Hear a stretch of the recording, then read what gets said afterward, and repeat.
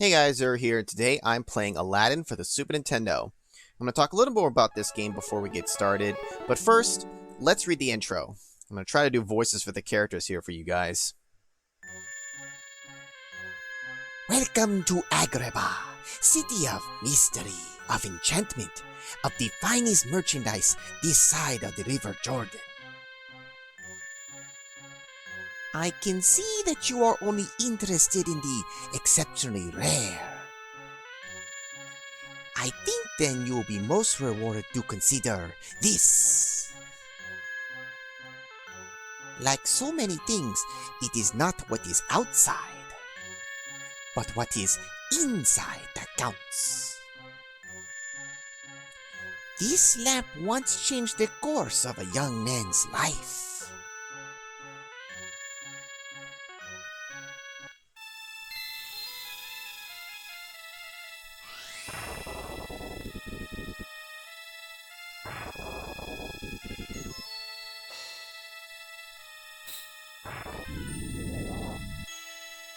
After all my years of searching, at last, the Cave of Wonders. Now remember, the rest of the treasure is yours, but the lamp is mine.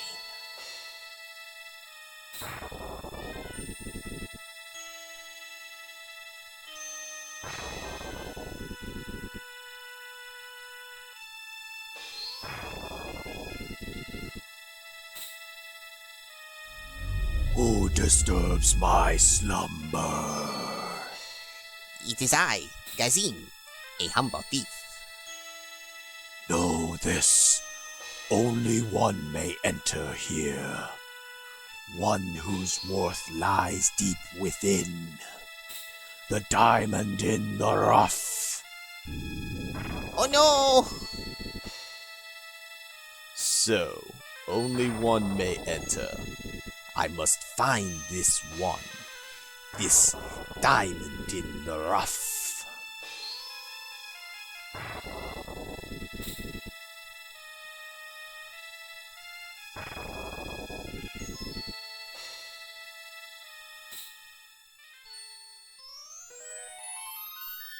Alright, now that we're past the intro there, just talk a little bit more about this game.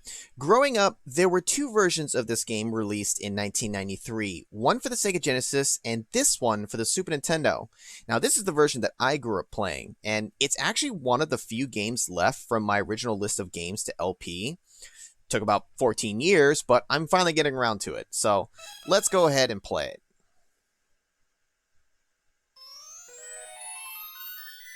Alright, let's go. Alright, now right away it starts off with action. It's like a movie.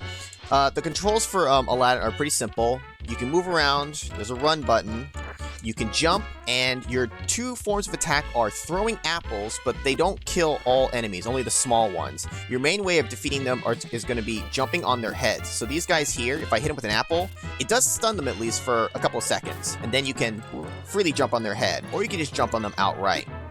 Abu will follow us around. He doesn't actually do anything, but it's cute that he follows us. Now, the difference between this and the Sega Genesis version, I would say, is I've only played the Sega one for about 30 minutes. I did it during my 30-minute game series.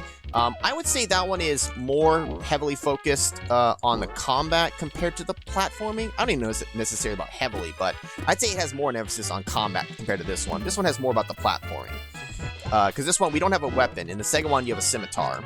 Now, you're going to see a lot of this. Again, it focuses on the platforming, so there's a lot of jumping around, bouncing off of these things, bouncing off of enemies, as well as soon as I get a certain item, you'll see in a sec here. You swing around on these, and if you time your jump just right at the height of it, not like that, you can actually get up pretty high. And then kind of like Prince of Persia, you can climb up on ledges. You're going to be doing that a lot in this game. Now, these gems that are all around here, these green ones, they're each worth 1. You can see in the top right there. Collect 100, you'll get, I think you get an extra life at 100, but you'll also increase your max HP. You can see up there I only have 3 hearts, but we can gain more. But you also have these red ones, which if you get them, they're worth 3. But also, they're actually something separate besides just increasing the counter. There's 10 in every main stage, and you kind of get rewarded for collecting enough of them, and I'll talk more about that later on. You can actually jump on these guys here. They just get angry about it, and then they'll pop their head right back out, and you can just do it again. As you saw, I collected some apples. You can collect up to 99 of them. You're going to end up pretty much getting way more than you realistically should need. But it's always good to be full up on them as much as you can. Now here is the biggest thing for this here, the rug. Aladdin used this in the beginning of the movie to escape the guards and float it down. Once you grab this, you'll always have it. This is a very, very like critical item to the game because it's what makes it so much more playable. Being able to float and control your movement in the air is huge. Doing it without the rug is possible, but man, is it a pain without it. Because with this, I can get around on top of the ledges a lot easier. If I'm falling somewhere, I can kind of like recenter myself. And honestly, you need it to get a lot of the red gems in this game. And you want to try to go for them. They're the main collectible that you're trying to get. You'll have some chests here that sometimes will have things like this, which is a health extension. It'll also fully heal you if you're damaged at all. So that's another way to increase your max health.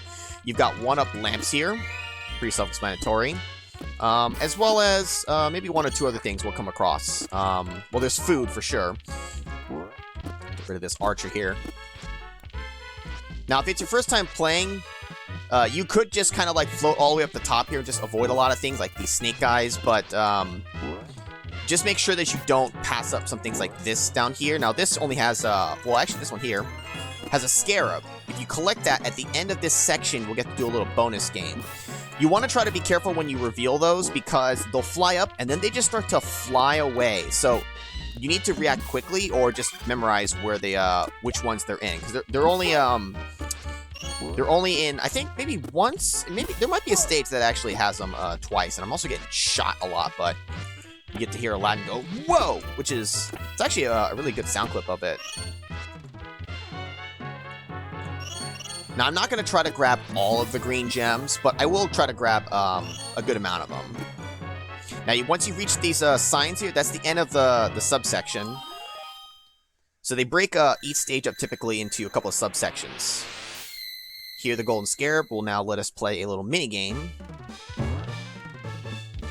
This is just to earn some extra lives, credits, refill your HP, and I forget what Genie does.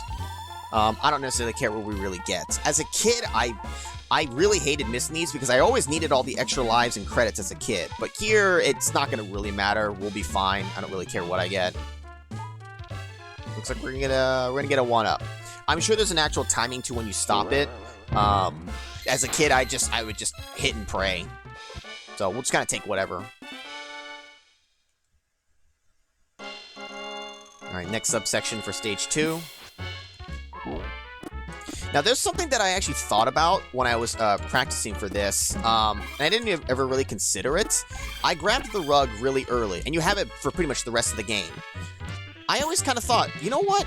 What if you don't grab the rug? Because it's such a, like, necessary item, but apparently the rug will show up in more than one stage. So even if you didn't grab it, like here, it'll pop up again, I think at least once or twice. I guess maybe in particular areas that will especially need it. Because I've always grabbed it. I've never skipped it. I'm gonna get shot like crazy here. About to show you guys what happens when you get a game over. Let's start chucking some more of these apples at people. The archers are really kind of more annoying than the big guys there, just because I'm constantly getting shot while I'm trying to, like, swing around. So, like, this guy, I'm going to take him out so he doesn't kill me here. Hopefully this has food. Alright, so the turkey or chicken here full heals you as opposed to the loaf of bread, which gives you just 1. And no, you can't eat the apples that you pick up for ammo. It'd actually be kind of nice if you could, like, maybe, I don't know, consume 10 of your ammo. Whoop. To heal yourself, but I mean, you'll be fine. Now, there is one more form of attack, and I will show it, I think somewhere in this stage here, there's a chance to show it off. I know for sure there is one later on. Now, I can't hit that guy, he's protected in the window. Now, if you're really good at the game, you can really kind of skip around a lot of it just purely because with the right jumps and grabbing on ledges, you can really kind of just shortcut over a lot of it. I'm not going to shortcut over like everything, but I will just kind of be flying through some of the sections. Get a nice view of Agrabah there, of the Sultan's Palace.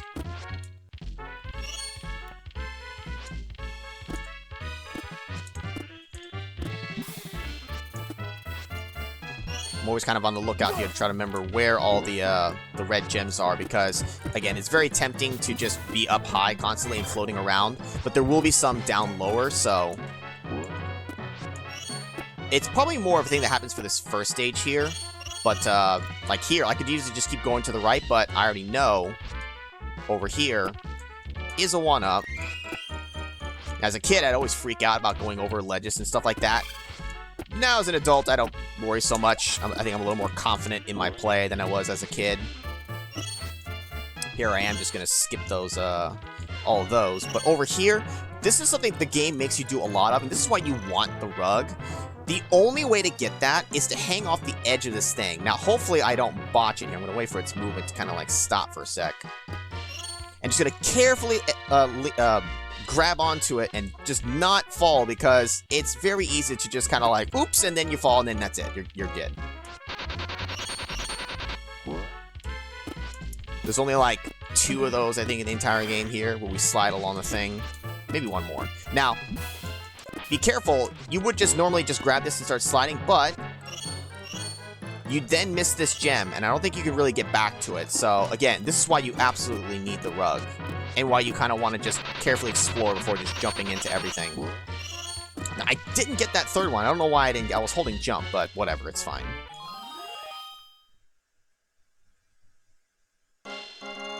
Now, we should be in the last subsection here. And there we go. That is one of the other ways that you can attack enemies, is if you actually have a pole to swing on, you can just swing right into them. You don't have to actually do anything. The action alone will just hit them. But, obviously, there's only some sections where they're even near enough for it. Like there, he's not quite close enough, so I just have to hit him with an apple instead. But it is nice that it does actually count as a way of damaging the enemies. There, see, look at that. We're full at 99 apples, and you're never gonna run out. And for some reason, they give you a ton of food here and stuff. That's because they're setting you up here for a boss. This is the part where Jasmine gives the little apple to the kid, and then she comes real close to getting her hand cut off, which would be devastating. So we have to fight the merchant here. Now, Abu is up here. Always my favorite part is she's just up here, just punching the air. Yeah, put up your dukes. But to hit this guy, we actually have to bait him into swinging, and then you can jump on his head. But then it'll piss him off, and he goes into a flurry. Now, you can let him finish, or you can make it go a little faster by chucking an apple at him, which stops him, and that way you can just get to attacking. Because otherwise, the apples, I mean, he turns, but he doesn't actually get affected by it. So they're only good for stopping his swinging here. Now, if you try to attack him before he swings, you'll come in contact with the sword, and so it doesn't work. And he's defeated. And then this is the word Jasmine says, "Oh, thank you for saving me. Oh, let's run away together."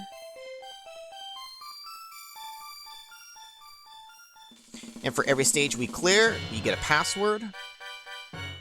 I don't remember how much the password saves. Does it save how many lives you have, health extensions, and all that? And then here you get to see all the red gems you collected. So, if you missed one, you'd see you're missing one here, and you would go, well, shoot. Do I load a previous password? If I recall correctly, you don't need to get all of them, but if you're just doing it as a challenge yourself, missing a gem sucks. As a kid, I was obsessed with getting all of the gems, so finding out that I missed one really sucked, because that just means I needed to have to jump back to a password, or just, I don't know, start over again, or just live with it. So we'll try to get them all here. I shouldn't miss any. And we'll see what we get for it at the end of the game. But that's it here for Stage 1, guys. In the next video, we will take on Stage 2. So, I'll see you then.